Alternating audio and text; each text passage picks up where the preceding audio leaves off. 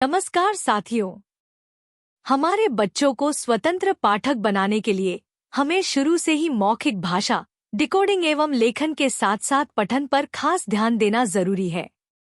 रोजाना पठन के 20 मिनट बच्चों के भाषा विकास के लिए अत्यंत आवश्यक हैं। अभी हम भाषा शिक्षण के 14वें सप्ताह में पहुंच चुके हैं। इस समय बच्चे इस स्थिति में पहुंच गए होंगे कि वे कक्षा में सरल 15 से 20 शब्दों के छोटे छोटे वाक्यों को ठीक से सही उच्चारण के साथ पढ़ने लगे हैं। यह समय हमारी पठन यात्रा के अगले चरण तक बढ़ने के लिए उपयुक्त है। प्रवाहपूर्ण पठन एवं आकलन। हमारी कार्यपुस्तिका के पठन भाग 2 में इसके लिए कुछ प्रवाहपूर्ण पठन के कार्यपत्रक दिए गए हैं। चलिए तो आज बात करते हैं कक्षा में बच्चों द्वारा प्रवाहपूर्ण पठन अभ्यास एवं पढ़ने के दौरान प्रवाहपूर्ण पठन के आकलन की, जिससे आप बच्चों के पठन स्तर व पढ़ने की गति का पता लगा सकते हैं।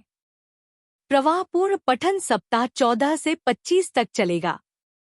प्रवाहपूर्ण पठन में खास तौर से ये बातें निहित होती हैं: स्पष्टता और सटीकता, एक्यूरेसी, शब्दों को सही ढंग से पढ़ना, गति, स्पीड, न बहुत धीमा न बहुत तेज, संतुलित गति से पढ़ना, ध्वनि और स्वर, एक्सप्रेशन, सही जगह रुकना, विराम चिन्हों का ध्यान रखना और भाव के अनुसार आवाज का उतार चढ़ाव, समझ, कंप्रिहेंशन, पढ़ते समय अर्थ को समझते जाना। आइए प्रवाहपूर्ण पठन और आकलन के चरणों को जानते हैं। चरण 1, शिक्षक की तैयारी। शिक्षक प्रवाहपूर्ण पठन के आकलन के लिए अपने पास मोबाइल, पेंसिल व कार्यपुस्तिका रख लें। एक बच्चे को अपने पास बुलाएं एवं बच्चे की पाठ्यपुस्तक अपने पास रख लें और अपनी प्रति उसे दे दें। बच्चे की कार्यपुस्तिका अपने पास रख लें क्योंकि उसी में आपको रिकॉर्ड करना है। मोबाइल में 60 सेकंड का टाइमर लगा लें। चरण 2, आकलन करने का तरीका। बच्चे को उस दिन के पठन अभ्यास का पाठ पढ़ने के लिए कहें। बच्चा जैसे ही पढ़ने लगता है, आप उसके सही और गलत पढ़े गए शब्दों को गौर से सुनें। जब बच्चा किसी शब्द को गलत पढ़ता है तो उस शब्द के नीचे लाइन खींच दें। अगर उसी शब्द को वह सही पढ़ लेता है तो उसे फिर छोड़ दें। जब 1 मिनट हो जाए तो अंतिम पढ़े गए शब्द पर निशान लगा दें। अब इस निशान तक सही पढ़े गए शब्दों को गिनकर सही पढ़े गए शब्दों की संख्या बॉक्स में लिखें।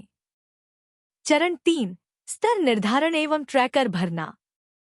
साथ ही बच्चों के स्तर के लिए किसी एक बॉक्स में निम्नलिखित मापदंड के अनुसार सही का निशान लगाएं। उस बच्चे के आकलन की जानकारी साप्ताहिक आकलन ट्रैकर में भरें। फिर अन्य बच्चों को बुलाएं। उनके साथ भी यही प्रक्रिया दोहराएं। महत्वपूर्ण बातें। प्रवाहपूर्ण पठन अभ्यास के लिए प्रतिदिन यह प्रक्रिया 25% बच्चों से कराएं। अब आप सोच रहे होंगे कि जब एक बच्चे को शिक्षक अपने पास बुलाकर आकलन कर रहे होंगे तब अन्य बच्चे क्या कर रहे होंगे? तो इस दौरान अन्य बच्चे उसी अनुच्छेद को व्यक्तिगत स्तर पर स्वतंत्र पठन करते हुए पठन अभ्यास करेंगे। सभी बच्चों के साथ अंत में अनुच्छेद संबंधित बंद छोर के 2 से 3 प्रश्न जरूर पूछें। तो साथियों, आप निश्चित रूप से पठन संबंधित दिए गए चरणों के अनुसार व्यवस्थित तरीके से कार्य करवाएंगे, इसी आशा के साथ। नमस्कार। शुभ शिक्षण।